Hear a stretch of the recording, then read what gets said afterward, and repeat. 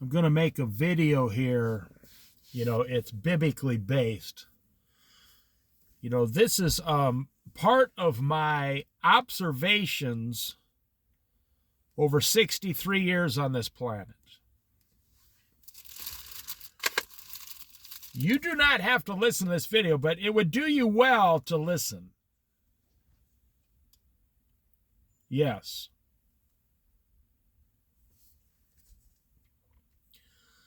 It would do you very well to listen to this video. So, how to live your life, but not so much how to live, how people are living. So let's go through this. This will blow your mind. This will blow your mind. I'm hoping it does. And I'm hoping the end result is you change course and change direction. Okay, so from the day you were born, let's just say from the day you're born, a couple days later, your parents wrap you up. They take you downstairs. They put you in a car. They take you to a house or an apartment or a trailer, and they feed you, put clothes on you, wash you. Everywhere they go, they put you in a car. Gonna go to the store, you're 1 year old, they put you in a car. They let you sleep, they feed you, they clothe you, they wash you. You go to a store, they put you in a cart, they push you around. From the day you come home from the hospital until you're about 17 years old,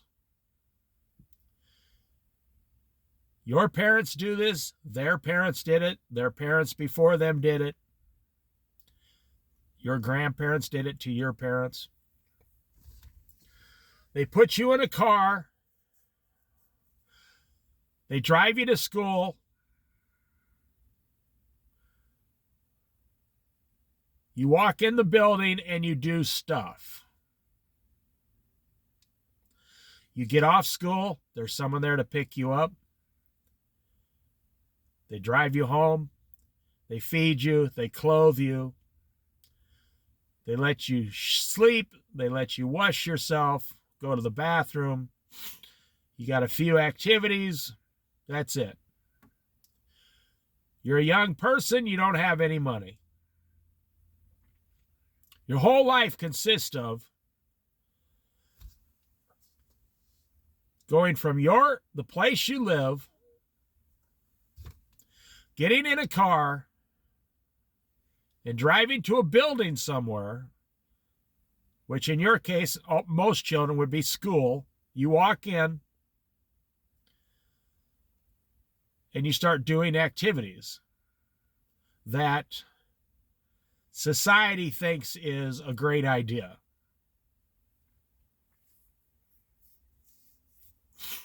Your parents, they drop you off.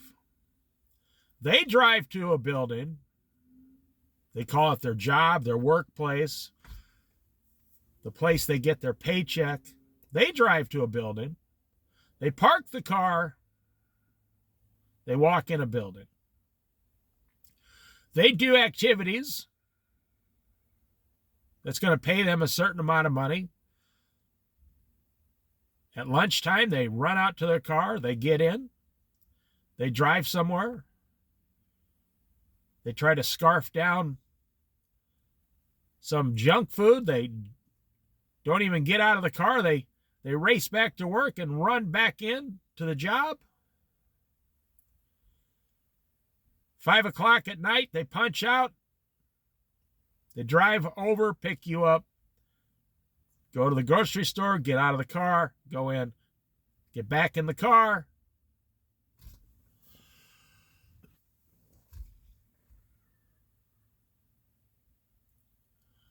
Get back in the car.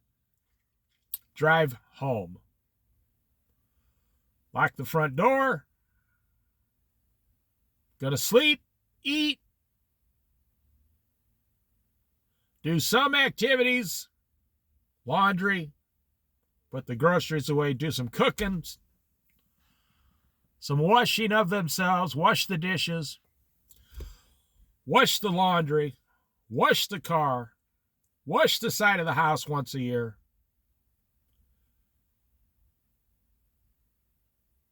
Wash things in the garage. Clean the bathroom. Okay, so you turn 18. Your parents, they drive you to a faraway place or someplace a couple hours away. They put you in a college. You start repeating the entire process. They give you a car. Now you walk out. You get in the car. You drive to a class, a big, huge building. You walk in. You do some activities. You walk out. You go to lunch. Now they are preparing you. They are preparing you to basically just do what your parents have already done for 18 years for you. They don't think that you can do this on your own. That's why they have you go to college for 4 years, so you can pretend and practice becoming a real person in society in 4 years. That's what everyone is hoping. If you think that you're there for any other reason, no, you might be studying computers or business or psychology or architecture. So you get out of college. You got an apartment. You wake up. You shower, you eat. You drive to work. You get in the car. You start the car. You drive to work, to a building that's going to give you a paycheck just like your mom and dad.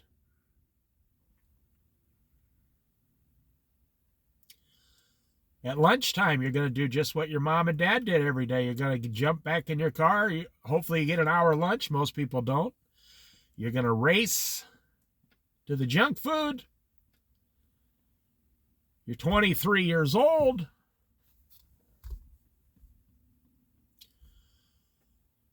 You run back to work. At 5 o'clock, you get off. You're single. You jump back in your car. You go to the grocery store, just like your parents did.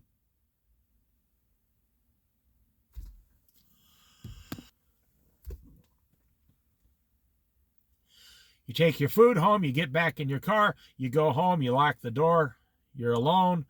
You might call someone. You might watch TV, listen to the radio. You do some activities. You throw something in the microwave.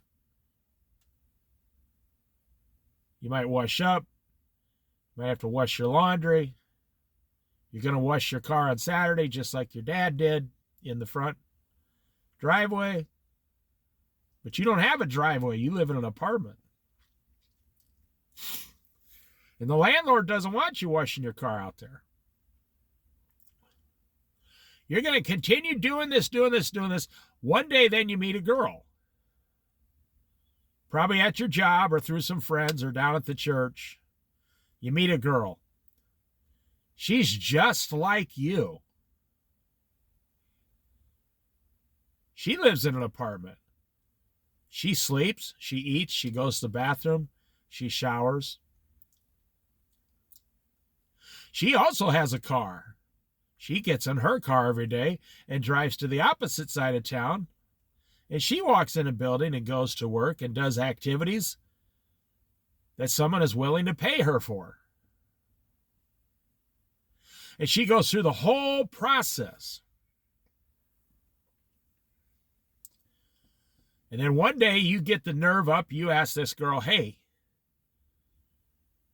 You want me to pick you up in my car? This sounds funny. Every single thing I'm saying is 100% true. You want me to pick you up in my car, and I'll take you to a movie, buy you some popcorn and some candy, and then I'll take you out to dinner, and I'll pick you up in my car. No, this is not a video about cars. I'm telling you what I'm telling you. It's going to blow your mind at the end, if it hasn't already.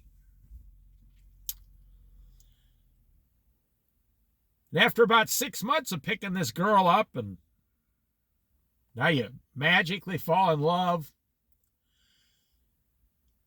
you say, you come live over in my apartment, or I'll move to your apartment, or we'll get a new apartment in the center of town. And she says, there's some guy that wants me to go out with him. He's going to come and pick me up in his car. He's going to drive me to a building. We're going to watch a movie.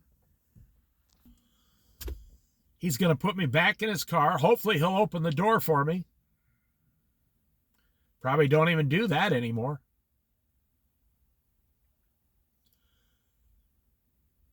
He's going to attempt to put the radio on, and then we'll find out who likes what kind of music. Then he's going to put me back in his car and drive me over to a restaurant. He's going to do this for 6 months. So now you're living alone.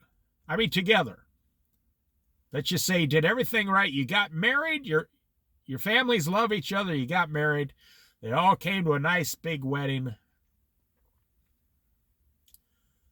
Everybody got in their cars and drove over to this church or this building where you all got married. They all walked in the building. You know, 3 weeks later, you're both living in the same apartment. She becomes pregnant.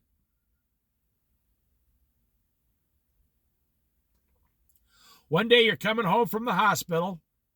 You got a little bundle of joy, a little boy or girl, all wrapped up.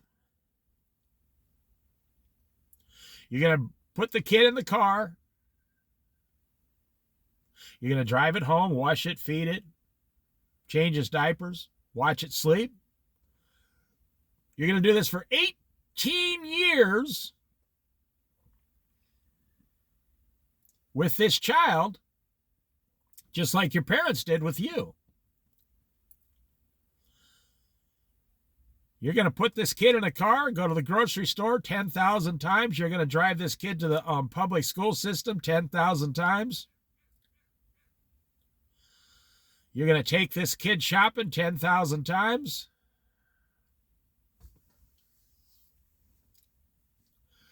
And then one day when you're about 50 years old, your boss says, I want to promote you to senior manager. Pays $150,000 a year. So what do? You wake up, you eat breakfast, you shower, you go to the bathroom, you get in your car. You used to make $50,000 a year, then you made $70,000 a year. Now you're going to get $150,000 a year. You drive down to the same building, the same process. You jump in your car to go to lunch every day.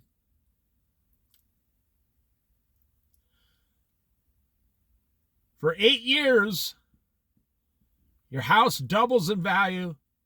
Your 401k quadruples. You now have $2 million at age 65, and you're going to retire.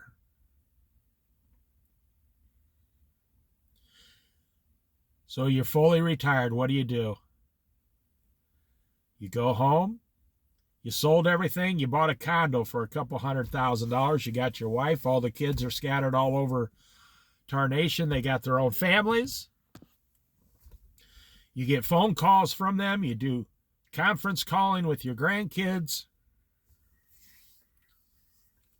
You're retired. You're 65. What do? You got $2 million in the bank. You wake up in the morning. You're going a little slower. You shower, you eat. You wait till rush hour's over, so about 10 o'clock in the morning, you and your wife get back in a car. You go to the grocery store. You buy some food. You drive over to some building that you both like to do activities. Maybe you go to a building to go golfing. You go to a building called a senior center. Maybe you go to a building, you volunteer at the hospital. Maybe you volunteer at the church. You drive your car to the building. So now here we go. That's what 95% of Americans do with their 65 years on this earth. If you're lucky. Now, the first 20 years, if you have normal parents, you don't have a choice. I mean, you're born into this. You do everything everybody else does. This is the way it's been for thousands of years. They didn't have cars, they would just walk. They couldn't drive 8 miles across town to go to a movie. No, but it's the same exact process. So here we go. When you're an infant, so the point I'm making is every single person lives exactly the same. When you're an infant, you don't have a choice. I mean, under 5 years old, they just drag you around everywhere. From age 10 to, graduating high school, 18 years old, you don't have much choice. You go to college, you start getting a little freedom. But you realize with that freedom comes huge, mundane responsibility. You're like, wait a minute, what just happened to me? I was in high school and they didn't expect me to do anything. Now I'm in college, I got to work part-time. In 2 years, I'm going to have to be working 50, 60, 70 hours a week. What just happened to my life? So then you become middle class for 28 years. Then you get a huge promotion and you become, the last 10 years before you retire, and your house doubles in value, you become a millionaire 2 or 3 times. Now let me start wrapping this up. When you are 1 day old, they put you in a car and drive you around, and you walk into a building and you do things. They put you back in the car and you go home. When you are 70 years old and you have $2 million, they put you in a car, you drive around town, you go into a building, you do some activities, you go back out to the car, you drive home. You drive to the grocery store, then you drive home. So when you read the book of Ecclesiastes in the Bible, it says meaningless, meaningless. Everything is utterly meaningless. It says, what does man gain from all his toilsome labor at which he toils under the sun? It said, no man has any advantage over another man. There's no one that has an advantage over anyone else. The guy who is 70 years old and finally is a millionaire has no advantage over the 10-year-old. who has no money. You know, we live in a society where people, they take care of their children like they're little prince and princesses, like millionaires. I mean, people spend hundreds of thousands of dollars on their children in the first 18 years of their life. I mean, a minimum of tens of thousands of dollars.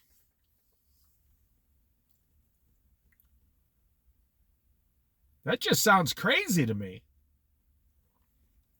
So what are you gaining here? So then you get older, you want to reconnect with some friends that don't want to talk to you. You start thinking, what's it all about? You know, you never followed God. You never followed Jesus. You know, the Bible says the best in Ecclesiastes, the best you can do in this world, it's only 4 or 5 things. Serve God with all your heart, mind, and soul. Number 2, your family. This is in Ecclesiastes. Number 3 is your work. Number 4 would be enjoy your food and drink. And number 5 would be love your neighbor as yourself. And that's it. That is all that is down here. That's it. That's, you know, people who travel, you know, I've done a lot of traveling. I've been to 22 states. I've traveled to 22 states west of the great Mississippi River before I was 40 years old. And I've learned one thing about going to all those places multiple times each. From age 25 to 40, I did a lot of traveling on my own. Well, with my wife. And I learned. Most places in America are exactly the same. They're exactly the same. They're identical. You get an apartment. You get a car. You get a job. You get children. You come home. It really is exactly like the Bible tells you in Ecclesiastes. God, family, work. You know, love God with all your heart, mind, soul, and strength. Number 2, love your family as yourself. Number 3, find work. It says find work that your hands enjoy doing. Number 4, food and drink. That has to do, you know, your work has to do with money. Food and drink has to do with money. And number 5, you got neighbors around you, you know, live in peace with them. Live in peace with them.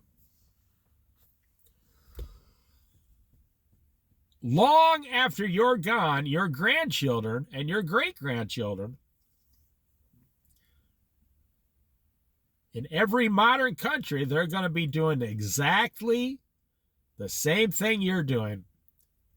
Even if they have a flying car, a miniature spaceship, they'll have a place to live. They'll get up. They'll shower. They'll go to the bathroom. They'll eat breakfast. They'll get dressed. They'll get in their little flying spaceship. Just like that cartoon, The Jetsons. They'll fly over to the job. They'll go in a building that thinks they're valuable enough to get paid a certain amount to go home. Go to the grocery store, pick up your family, and start the process over every day, every day, every day for 50 years. And what you're doing, you're making the mistake in this world. You're making a huge mistake in this world. You think that technology has somehow improved your entire life. You think, oh, I like rap music, so my whole life's so much better now. Or, oh, I have 2 college degrees. My life is so much better. Or the biggest one, oh, I make so much more money than anyone else. My life is so much better. That's why I say, the 10-year-old child has no advantage over a guy who has $2 million in the bank. And by the way, look up, ask Google, what percentage of Americans have a net worth of over $3 million? It's less than 10%. And I will say, because, I do a lot of Bible studies here, I believe that God has set a system in place, and you can't get out of that system. God created us. We sinned in the Garden of Eden. Our punishment was working by the sweat of our brow for our food. That was our punishment, to work. You're going to be punished by working for your food. We never used to have to work for our food. Just walk through the Garden of Eden, eat anything we want. Never had to go to a job. Never had to buy a car. Never had to do... So basically, in the last 6,000 years, man has been trying to invent ways to make his life easier. Because, Adam and Eve, they never even had tools or anything. They walked out. The thistles, they had to start digging up the ground and planting seeds and pulling the weeds and the livestock. And it was like a complete differently changed life. It was horrible. You lived in paradise in the Garden of Eden. Now you have to live this horrible life of sweating and cutting your fingers up and bruises and blisters. And so since the Great Flood, really, man has been trying to invent things to make his life easier. Well, think about the first guy that invented the plow, the metal plow, when they figured out how to put metal together to where it, in a fire and it wouldn't break up. Well, now they can use this metal to plow fields. They can also use this metal to make swords and kill each other. And today, those swords have turned into nuclear bombs. You think about the first guy that figured out how to put a harness on a horse and pull a plow or pull a buggy around town. The first guy who invented wheels on a buckboard. That's a wooden little platform with 2 axles, and the horses could pull him into town. Now this guy's like, hey, my life's so much better. I don't have to walk into town anymore. My horses will pull me into town. And I can put all my supplies on this buckboard, this wooden trailer, and pull them all home. Well, today we got, diesel trucks for that. Took about 5,000 years, and we turned the buckboard into diesel trucks. Well, my parents live in California, and I live in New York City.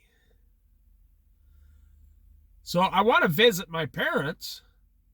So back in the day, 100 years ago, I'd have to get on a train for 3 weeks and go all the way across the United States to see my parents. Now I can get on an airplane. I just get on an airplane, my friend. And I can say good morning to my mama at breakfast in New York. Say, I'll see you for dinner, and I can fly over to California. My mom, this sounds funny, she'll come, she'll get in her car. She'll drive down to the airport, she'll pick me up, I'll jump in the car, we'll go to the grocery store together, just like we did the first 20 years of my life. We'll go home. She'll even let me sleep in my old room. And she'll feed me, ask me if I got enough stuff in life. She'll let me sleep, shower, just like I was back home. I stay at my mom's for a few days. She puts me back in the car like a little baby boy. Drives me down to the airport, but I'm an adult now because I went to college. I become a responsible person. I can walk through an airport all by myself, get a ticket on my credit card, and fly all the way back to New York City and tell people, and then I get in my car that was at the airport, and I drive myself to the grocery store, and I drive myself home, and then I sleep and eat and shower and go to the bathroom and cook my food, and then I get up the next day, repeat the process. I get back in my car, I drive down to my job. I'm 30 years old, and the people at my job go, "How was your vacation with your mom?" "Oh, yeah, you know, it was like going back home. I enjoyed it. Yeah, we had fun. We actually got in a car and went to a movie. Then we got in a car and went out to eat twice. And then I helped my mom do the laundry."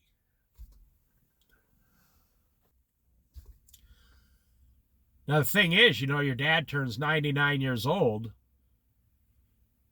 and you get a phone call. Your dad passed away, he was 100 years old. So you got to go back home. You got to repeat the process. You go over there. An ambulance came and picked up your dad, put him in the ambulance, took him down to the morgue. Now they're going to get him all ready. Now everybody's going to get in their cars and drive down to the funeral home.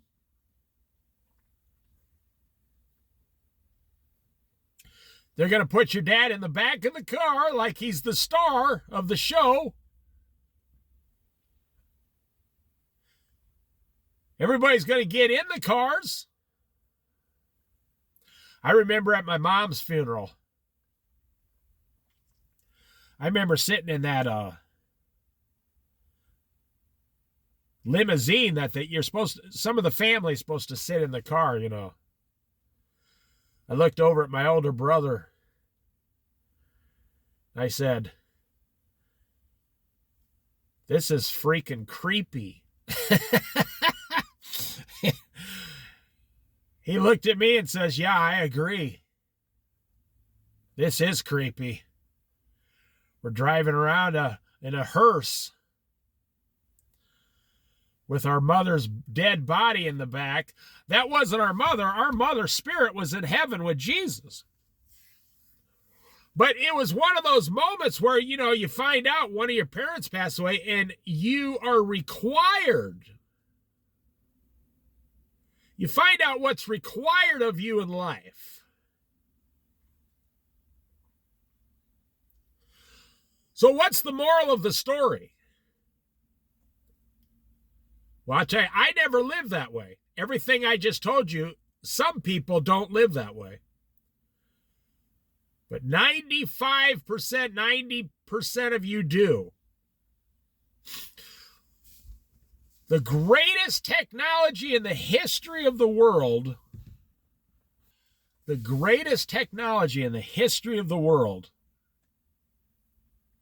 and that's all we do every day, about 97% of the time. And you think, "Oh man, I'm so much better than everybody else because I just went to Disneyland and dropped $11,000.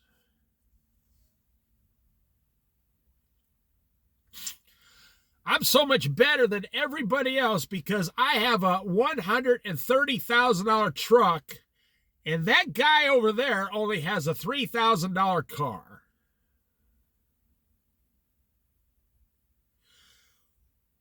What does it matter? You go to Disneyland, you drop $11,000. That place is ridiculous. You go to Vegas now, they expect you to drop like $5,000, and that does not include gambling. That's just going there.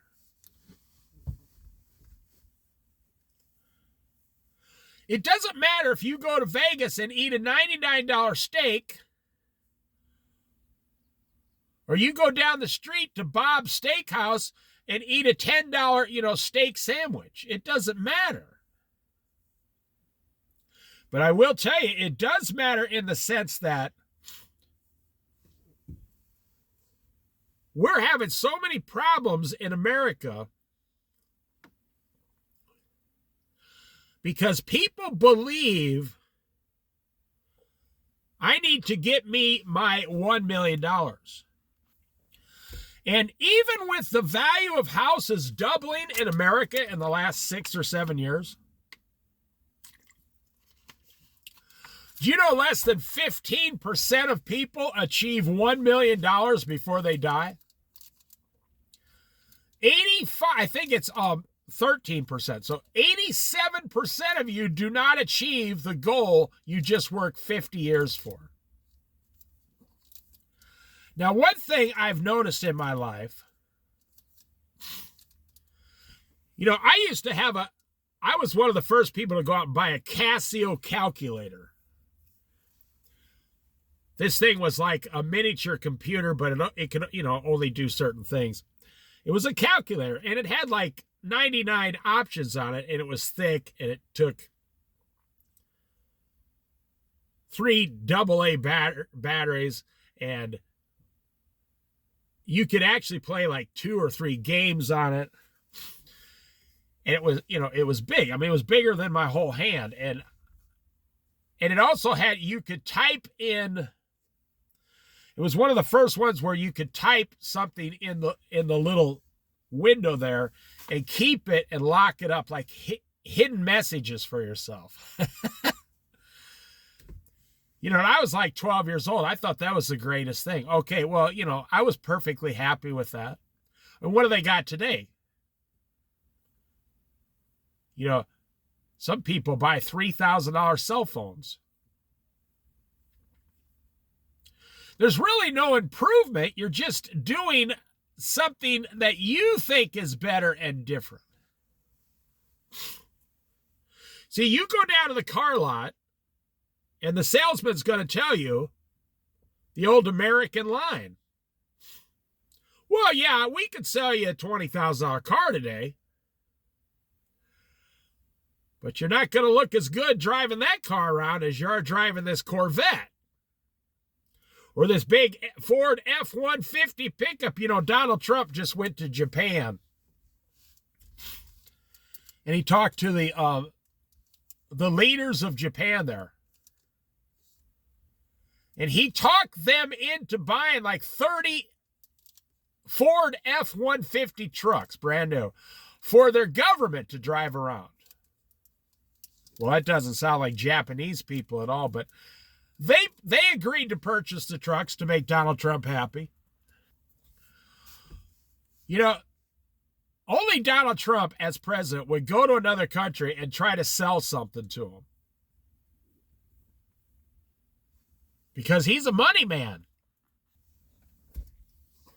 But what about you? When you were a child, they put you in a car, drive you back and forth. When you are in college, you're lucky if you have a used car. They drive you drive yourself back and forth. As a young adult, you met a girl, you got married, you have a kid, you start driving back and forth.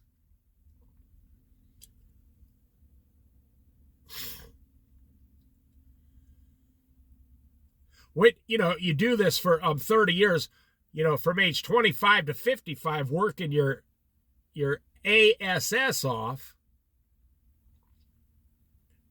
And then you're 65 and you basically just slow down, but you just, you got a couple $1 million. Most people who retire got about $100,000 at the most. 50% of Americans have less than $5,000. Right now, today, with the system I told you about, now hang on to your hat, 40% of Americans could not cover a $400 emergency today.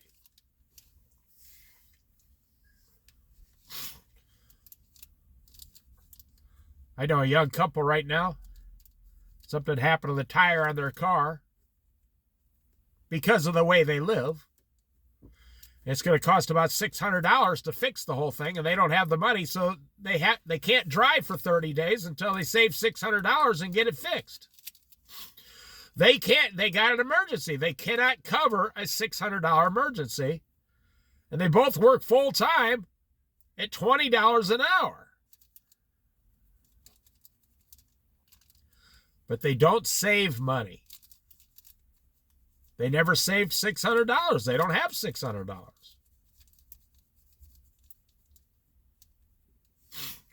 So they're walking back and forth to work for 30 days. Well, I'm going to wrap this up here. I've never lived this way. No. You know, I was a Christian. I became a Christian at 10 years old. The Lord told me, you follow me. Jesus said, do you trust me? Do you believe me? I said, yes, I do. He said, well, you follow me, and I'll take care of everything. But you have to follow me and put me first. That's what I did. And it's funny, you know, I mean, I don't have $1 million, but I know millionaires, and they're no better off than I am. I'm sitting here in a $2,000 car today, retired down here by the river. I'm going to go home and make myself breakfast, take the rest of the day off, do the Bible studies, do the videos, clean my house. The millionaire is no better off than me today. I don't need $1 million. I mean, I would take $1 million, sure, but I don't need $1 million to feel peace, happiness, and joy, because that comes from Jesus Christ, the owner of those things. It says all things were created through him, so he owns everything.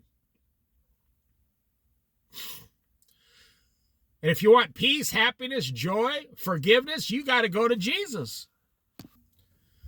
And you can't buy these things. You can only receive them by following him. So the millionaire who doesn't have Jesus is far worse than the person who has a few $1,000s but also has Jesus. The person who has a few $1,000s and has Jesus is far better off than the millionaire with no Jesus.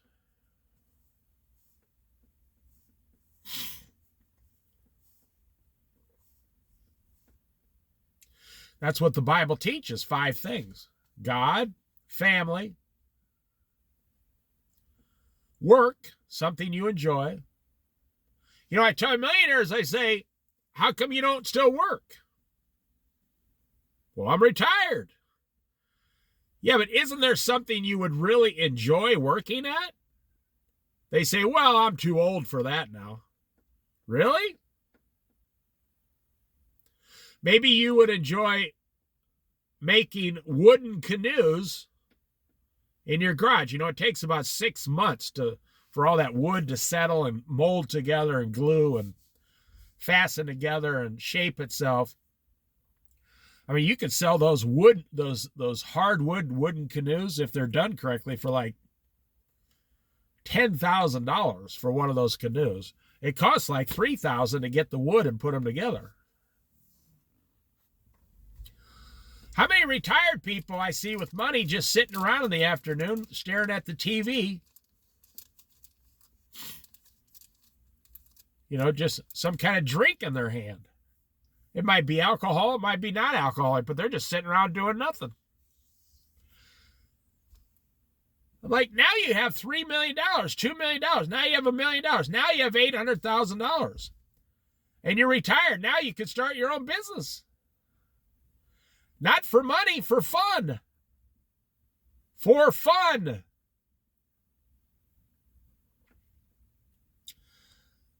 I personally knew a lady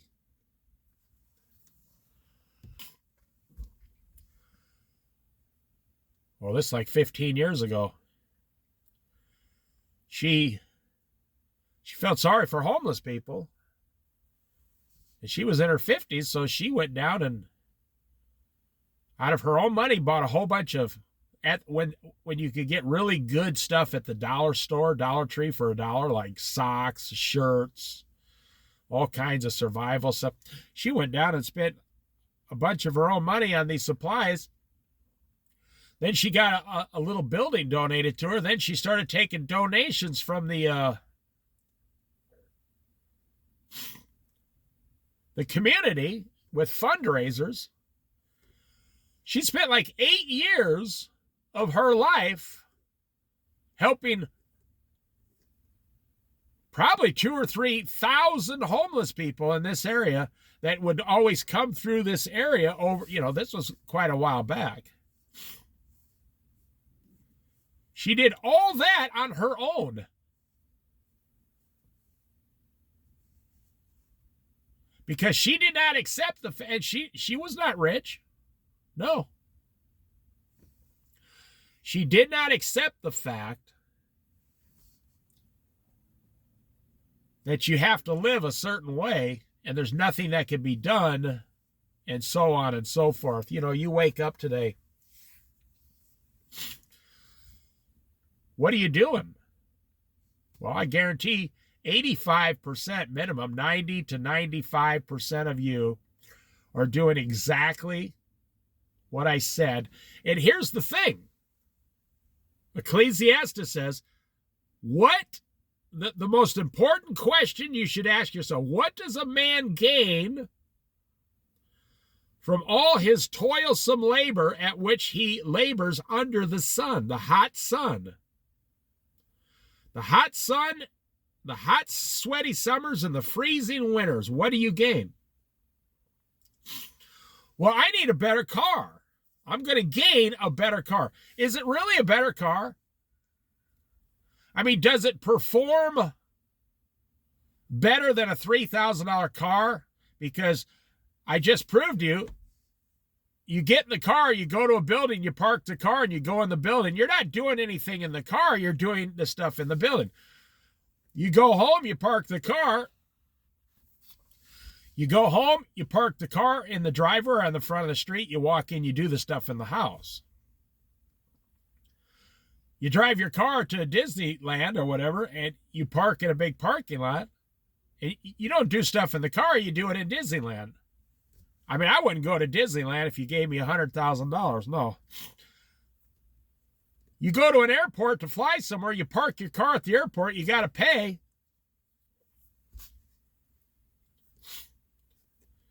You don't do anything in your car. The Bible says in the book of Ecclesiastes, every single thing a man does is because of envy of his neighbor. Envy of his neighbor. You're envious. You're jealous that your neighbor has a better car than you, according to the Holy Bible. Now, not me. You believe God or you don't believe God. So I'm 63 years old. I've never once had a house payment. I've never had a car payment. And I've lived in a dozen different places. I've traveled to 22 states west of the Mississippi River. I lived in the Midwest, the prairies. I lived in the Rocky Mountains. I lived in the southern Nevada desert for a while. I lived in the wilderness, the forest up here for a while. Now I've lived next to the ocean for 23 years. And I've never once had a car payment. And this is the first car I've ever had that cost me over $1,000. Because of inflation, that's why I say now I got about a $2,000 car. By the grace and mercy of Jesus Christ. You know, Jesus told me a long time ago, he said, yeah, sure, you can go down and get a car payment like everybody else, or they got all these used cars over here in the back of the parking lot. Just drive one of those around. I go in the back of the parking lot. They're like, yeah, we'll take $700 for this old, Dodge or whatever. I'm like, what's wrong with it? Like, nothing's wrong with it. We drive it every day.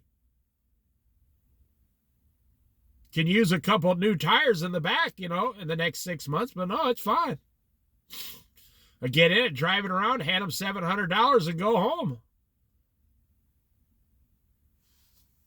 Put insurance on it, got a driver's license, and a good mechanic. And I realized, over the years, I only had to put about $400 a year into these used cars that cost me almost nothing. And I've been doing that since 16 years old.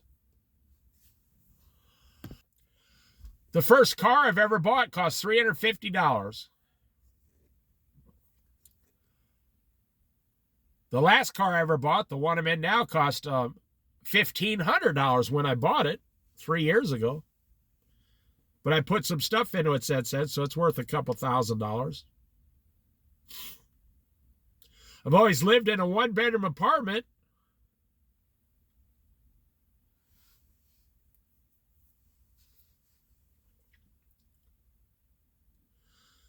Always had one wife, 41 years, same wife.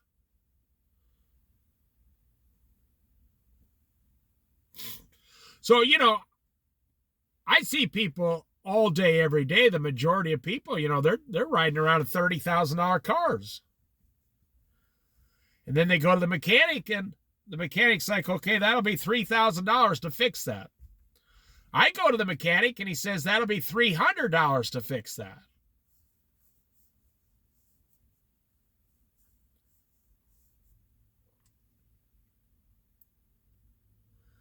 Because I am not envious of what my neighbor has. I never have been. It's not my personality, because the Lord got a hold of me when I was young.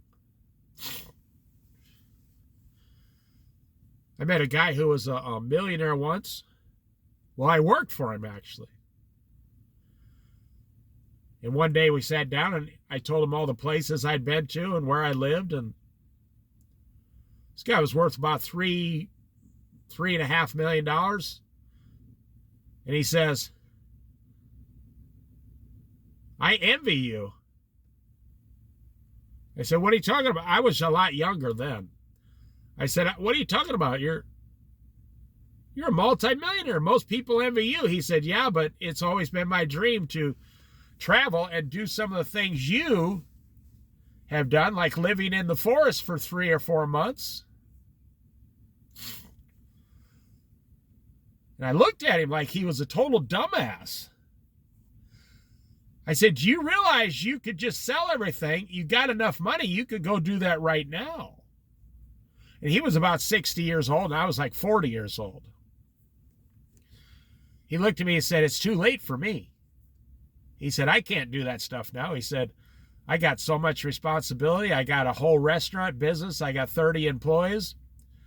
I got to get my retirement going. I got to sell everything. I'm trying to buy a house on a golf course about 5 hours away from where he was here.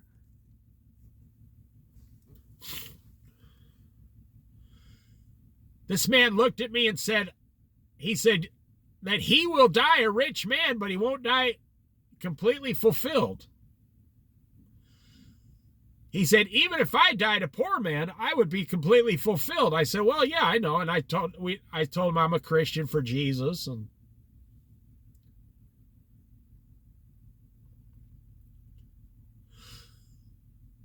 so I really got nothing else to say.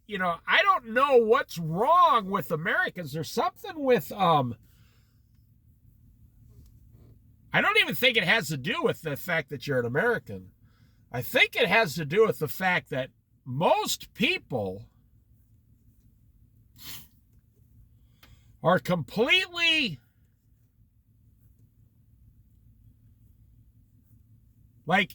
infatuated with getting something better all the time. When's the last time you had to write something down with a pen? Like a ballpoint pen. You didn't care if it was a a $1 pin or a $1,000 pin, did you? No. When's the last time you went to McDonald's, Burger King, Taco Bell? You never asked them, what kind of meat are you putting in that food? What kind of buns are you using? What kind of vegetables? You never asked any of that stuff. When you jump in the shower in the morning and take your shower, you don't ask, I wonder if I should have a $100,000 shower. No, because you realize when you're writing something down with a ballpoint pen, the ink comes out, there, you're done. When you go out to eat, they put the food in the bag, you eat it, you're done. You should be cooking all your meals at home. When you jump in the shower, the water comes out, you put the soap on, hopefully, you wash off and you're done.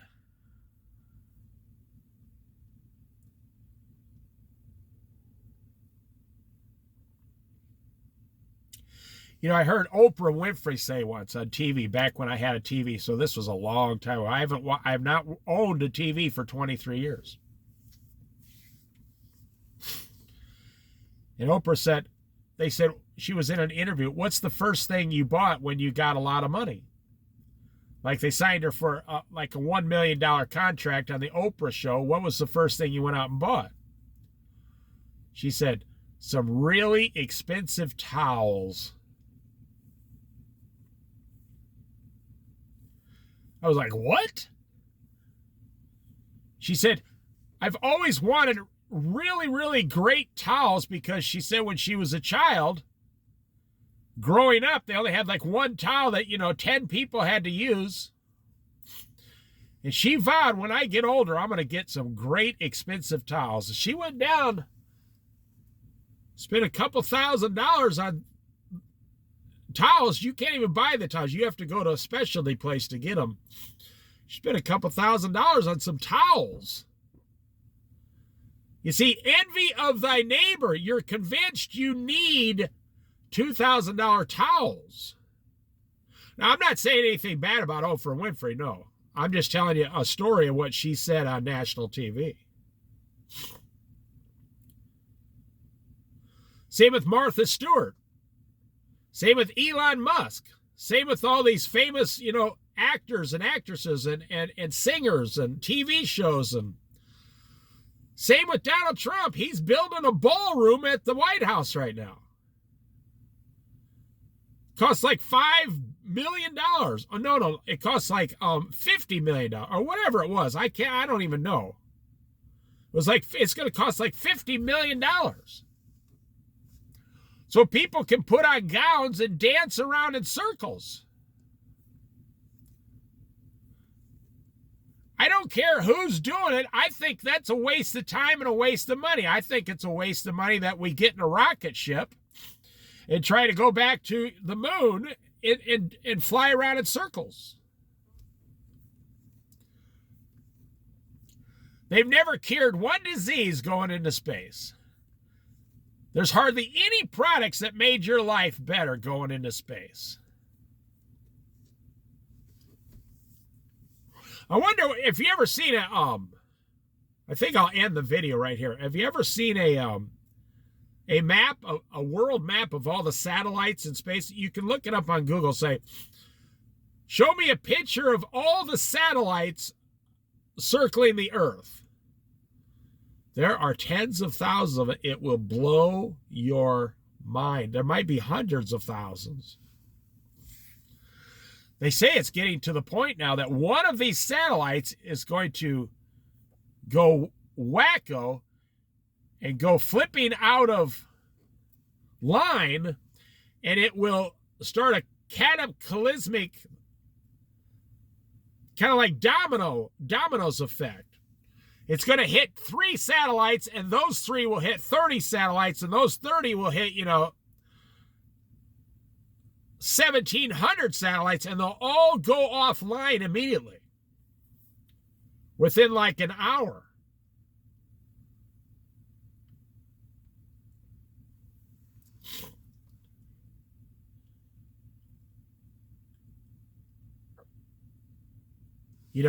I will end with You know, the Bible says God puts in every man, woman, and child a dream. But you're not going to know what it is until you go to his son, Jesus Christ. God puts a dream in every single person. You ever wake up and think, there's something I have to accomplish? If it's the only thing I ever do the rest of my life, I have to do it. That's because God put it in you. But you're not going to be able to accomplish it outside of Jesus Christ. Let me show you these seals down here on the water, see? At the end of the video, since you watched the whole video. These seals were, look at that one with its head hanging off. That's funny. They're very comical. God created these seals, and they all have a very specific purpose. You know, to be a seal. Most of them have the same purpose. But God created you with a very specific individual purpose. And you're never going to know what it is. Because you're going to spend your whole life getting in a car, driving to a building, getting back in your car, driving to another building, getting back in another car, or getting in your car, driving to a third building because the first building didn't have what you was looking for. We've all done that. My mom said to me once when I was young, on Saturday, I said, can we go to so-and-so? She says, we lived out in the country, so she had to drive like 12 miles down into the city to get all her stuff done. This was back when you had checks, a checking account, and the bank was only open till noon on Saturday, and you had to get down there, and you had to go to these places. You had to drop off your electric payment in the little box. There were no such thing as money orders and things. You had to write a check. Or you had to go to the post office and get envelopes. And my mom says, we don't have time to do this. I have to go downtown on Saturdays, she said, and get all this stuff done. So, you know, after watching my mother do this, you know, I was like 12 years old. You know, for the first 12 years of my life, you know, sitting in the back seat. They never even had seatbelts back then. They never even had booster seats. Car seats were not required. When I was a child, automobile insurance was not the law. You didn't even have to have automobile insurance. They had cigarette lighters in the cars. No technology. The cigarette lighter and the radio was the highest technology. You were lucky if you had air conditioning. Most people didn't have it. They didn't pay extra. And I says to my mom one day, I says, listen, I think I can help you. She says, what are you talking about? Well, when you go to the post office, why do you come here every week? She says, what do you mean? I need stamps. Like I was stupid.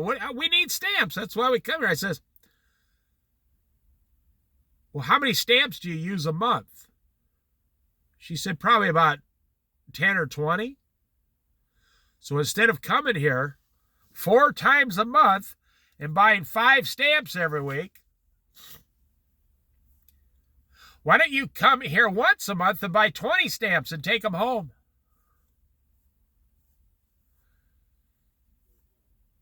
I mean, the look on my mother's face, she was an amazing, awesome country girl type woman. The look on her face. She said, well, I mean, I could do that. She says, but I can't do that with everything because she said, we live, you know, week to week. We don't have the money. I said, this was back when stamps were 8 cents each. I remember when stamps were a nickel, but then they were 6 cents for a long time. I think the 6-cent stamp had Eisenhower on it, or one of them. And then a long time, stamps were 8 cents. It took stamps a long time to go over a dime. People thought, 10 cents for a stamp? That sounds ridiculous. And what do we got today? You know, I remember the first time the postman, I was going to mail a postcard to someone. I was like 14 years old. He said, "Do you want a regular stamp or a postcard stamp, son?" I said, "I never even heard of that. Postcards have their own stamp?" He said, "Yeah, they're about 50% cheaper for a postcard."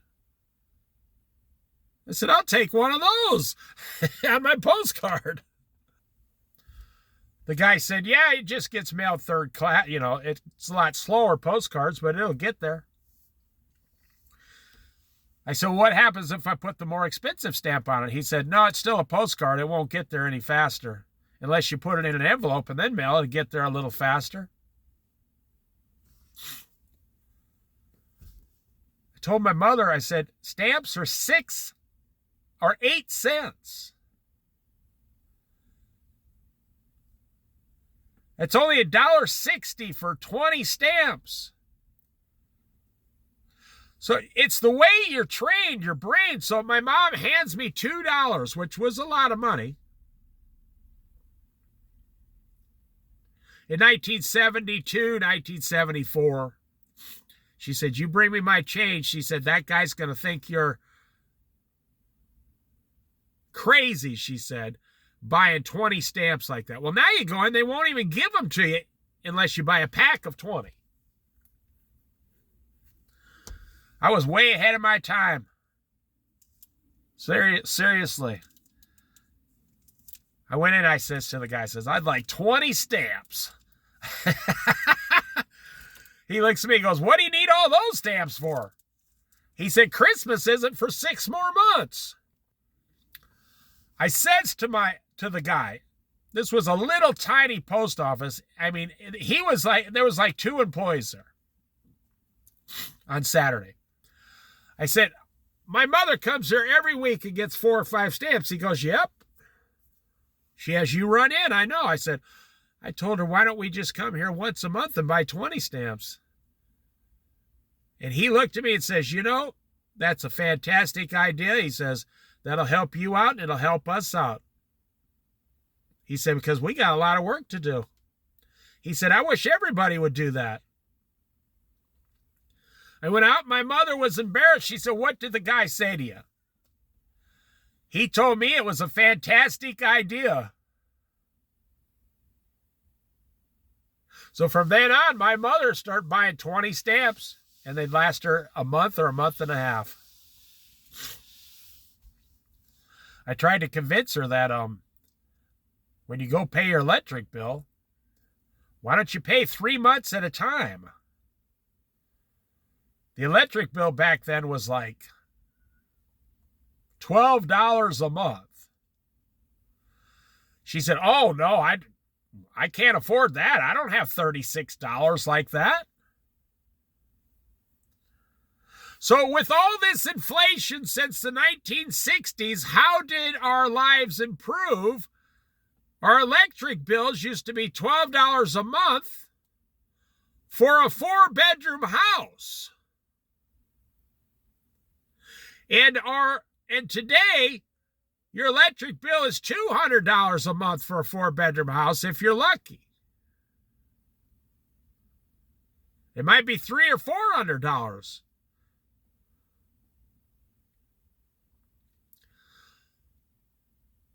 So my mother in 1970 went down to pay her $12 electric bill. In 2025, you're going down to pay your $300 electric bill. Who is better off?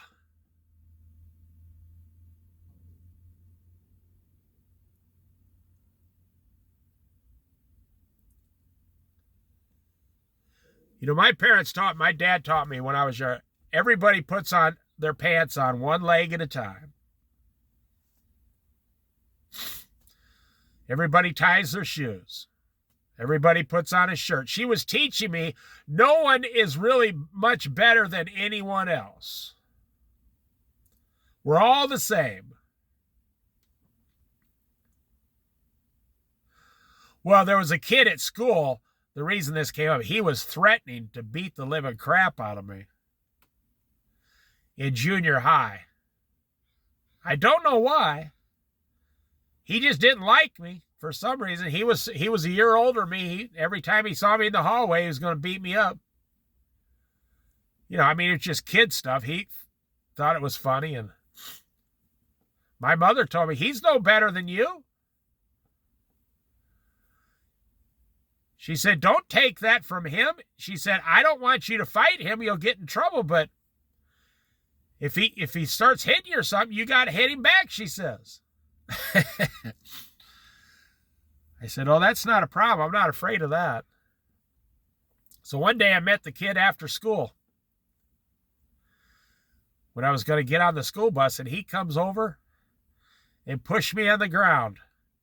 He said, and we were instantly surrounded by like 35 kids. Just like one of those funny 1960s movies. And I jumps up because I was a country boy, and I jumped up. I was 14 years old. I think I was 13 years old. I was in the 7th grade. And this kid came at me, rushing towards me. And I don't know, I put my head down, and his nose ran into the top of my head. And the fight was over. It's just like, he was running so fast, he was going to prove to all his friends, you know, he was about to whoop me up. And I put my head down, my Norwegian head, you know, and his nose hit the top of my head and started spewing blood all over the place. I was 13. He was like 14 and a half, and blood started spewing. He was a grade older than me. And he fell down on the ground, and I was still standing there. I mean, I felt the crack on my head. He didn't break his nose, but blood was everywhere. There was blood on my head, and I thought I was bleeding, but I wasn't. And his whole face was full of blood in the front of him. And he was on the ground crying and screaming. Should I say it? You know, bloody murder. A little pun there. I figured out he was a little wimp. He was crying in front of the whole school. And he started pointing at me, accusing me of making him that in his current condition. He was blaming me.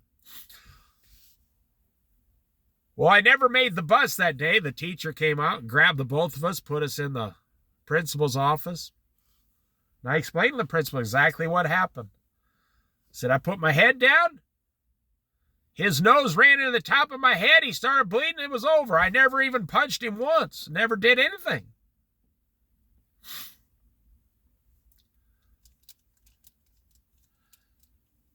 Well, you know, the next day, people came up and started telling me, oh, man, you're like the toughest kid in school and all that. I said, no, don't start. Nothing happened. I put my head down. He ran into it. So about a month later, that kid came up to me. He said, you're right. He said, we didn't really fight. I just ran into you. He said, I think we should be friends. I said, sounds good to me. I said, you're the one that's caused all these problems. He said, yeah. He said, I know. And then we were friends the rest of the time. And for 2 more years, then he moved to a whole nother school. He went to a different high school. They moved away. That was one of the first fights I was ever in, and I won the fight by just putting my head down and letting the guy hit his nose against me. Now, I kind of got off topic, but wherever that guy is today, he's no better off than I am. No better off. The millionaire is not better off than the 10-year-old, and the 25-year-old is not better off than the 50-year-old, and the 50-year-old is not better off than the 35-year-old. And we're taught in this society in America, the more money you have, the better off you are. You know, I washed my laundry yesterday.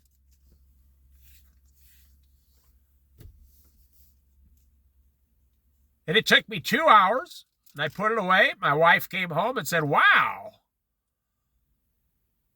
Like she always does, because I'm the one that does the laundry every 2 weeks. She said, oh, all the laundry's done. Hung up, folded, and put away. It only takes me 2 hours. Well, about 2.5 to fold it all up and stuff. She was happy. The millionaire, he's got to go in his house and wash his laundry and his fancy machines and all that. He's no better off than I am. I learned a long time ago having millions of dollars cost a lot of money.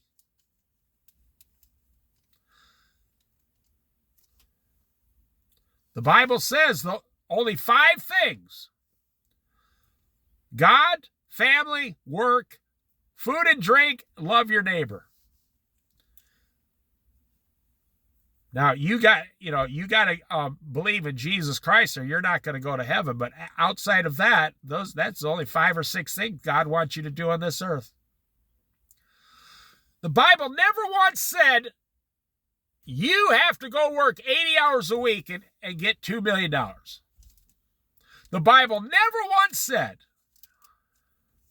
Every time you hear about Abraham, as wealthy as Abraham was, every time you hear about Abraham, he's sitting under a tree relaxing. He's sitting in his tent relaxing. Now, I know he was a hard worker, or he's down there rescuing Lot, his nephew, or he had to hire a bunch of mercenaries, 300 guys to go get something back. Or he's out in the field, counting, his tens of thousands of livestock.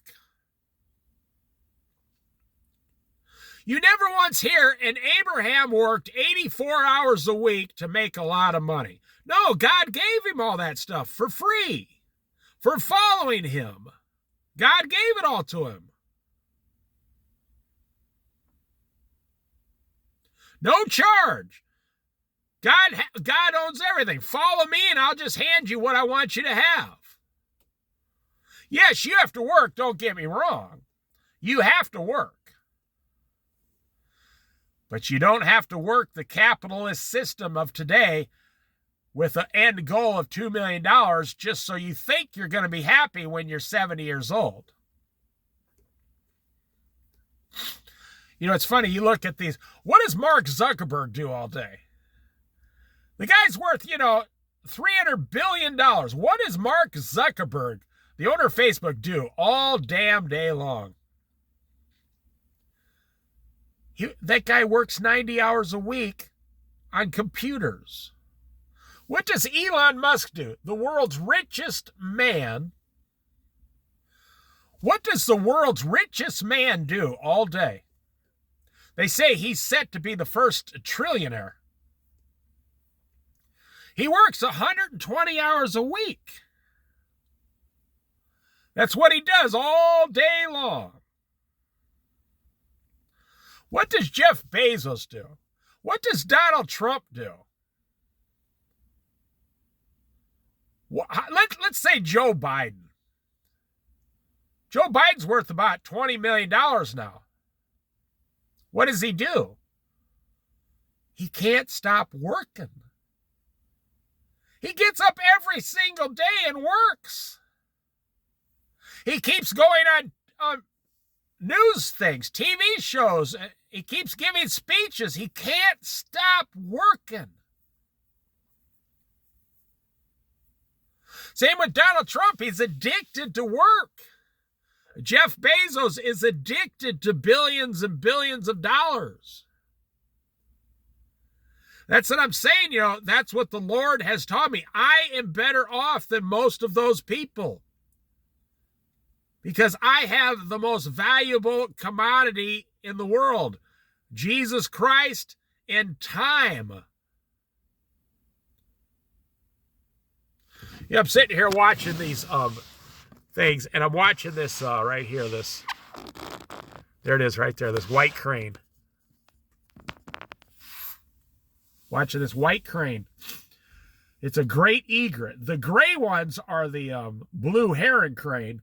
The white ones are the great egrets. I guarantee Jeff Bezos and Elon Musk and Mark Zuckerberg, they're not doing anything like this right now. They're trying to figure out some big, huge security problem with Facebook, or some Elon Musk trying to figure out, why do these rockets keep blowing up? Why can't I get this rocket to go up into space?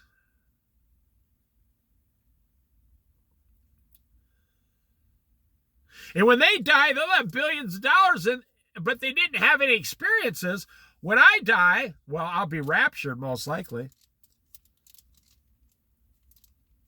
I'll just have a few $1,000s and a $2,000 or $3,000 car in the driveway. That's fine. And then I go to Jesus for all eternity. I mean, literally, who was better off? That's a question you have to decide for yourself. And once you realize you don't have to keep getting in a car and going to the building, getting in a car and going to another building, getting in the car and going here, get in the car, do this, do that. That you can just be content with your wages. You get $40,000 a year, work 40 hours a week. You get 2 days a week off. You don't have to take vacations to Disneyland. You can just enjoy where you're at now. See here? This is where I'm at right now. I'm just going to enjoy this. Now I'm going to go home. It's about 10 o'clock in the morning. I'm going to make me some, some breakfast. I think I'm going to make a couple fried eggs. And I'm going to enjoy eating them.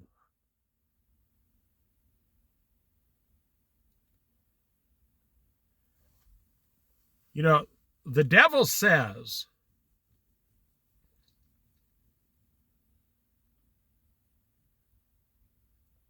the devil will make you offers just like God made you an offer. The devil will make you offers. The devil will say, you need to get out there in the world, follow me. The devil told Jesus, I own the earth. And Jesus never argued with him. The devil said, bow down and worship me. And that's what the devil's going to tell everyone that has to have the seal on their hand or forehead, 666, during the last half of the tribulation, bow down and worship me. We will have already been raptured before that. The rapture comes before the 7-year tribulation, but the devil will set himself up. And Jesus was the first one he gave the offer to as a man. He said, bow down and worship me, and I will give you all the kingdoms of the earth. And the devil said, for they have been given to me, and I can give them to anyone I want. And Jesus never argued with him. He never said, you don't own the earth. People think God owns the earth. No, the devil, God gave this fallen world to the devil. That's why there's so many problems down here. And all of his fallen angels that follow him and do his bidding every day, every hour, every minute. They're unseen spirits. Jesus is from heaven. That's his kingdom. He's going to bring that kingdom to earth. And he's going to reign the earth for 1,000 years. But when he reigns the earth for 1,000 years, he has to take the devil and tie him up and chain him up and put him in the burning lake of sulfur and take the evil off the earth. But it says, then the devil will be let loose to see, probably who he can deceive for a short time during that 1,000-year reign. And then the judgment day, and then we're all separated, and then the new heaven comes down and eternity with God. Then God owns the heavens, the earth, everything. God is allowing the devil to own this earth right now to see who's going to follow him and who is not. Who will follow me and who will follow the devil? That's it right there. And you know that God is not a capitalist. God is not a socialist. God is not a communist. God is not a Lutheran, a Baptist, a Catholic. No. God is sovereign and holy, and his only begotten Son, Jesus Christ, who died on the cross, that's the only option. But what does man do? Man chases Man has one foot with God and the other foot firmly planted and running with the devil and this world. It says, no man can serve two gods. No man can serve both God and money, it says. You will hate the one and love the other, or vice versa. You will love God and hate the world, or you will love the world and... Well, wait a minute. Now, why can't I love the world and just like God a little bit still, you know? Because God says, if you're going to follow me, I don't want people to send me a like on Facebook. You like, oh, I like that. I'm going to push the like button. Ooh, I like God. I'm going to push the like button. You know, Lord, I like that thing you did. I'm going to push the like button. But I don't like that other thing you did last week, Lord. I'm not going to push the like button on that one. You don't get the option to decide who's in charge. You only get the option to decide what you're going to follow.